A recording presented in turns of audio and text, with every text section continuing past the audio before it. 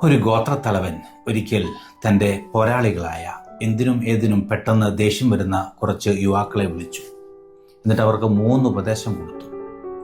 ഒന്നാമത്തെ ഉപദേശം ഇങ്ങനെയായിരുന്നു: നിങ്ങൾ ആരെങ്കിലുമൊക്കെയായി വഴക്കുണ്ടാക്കി ദേഷ്യം ക്രമാതീതമായി കയറി അവനെ കൊന്നുകളയണമെന്ന് തോന്നുമ്പോൾ നിങ്ങൾ ഇങ്ങനെ ചെയ്യുക.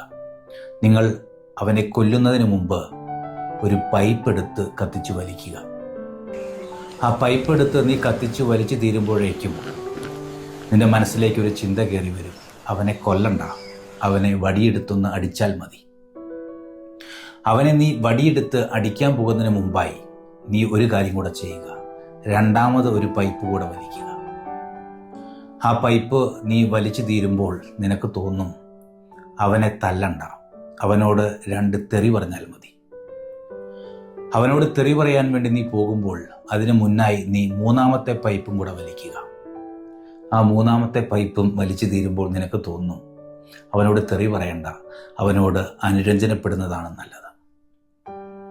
കാലം സുഖപ്പെടുത്താത്ത മുറിവുകളോ വഴക്കുകളോ ഇല്ല.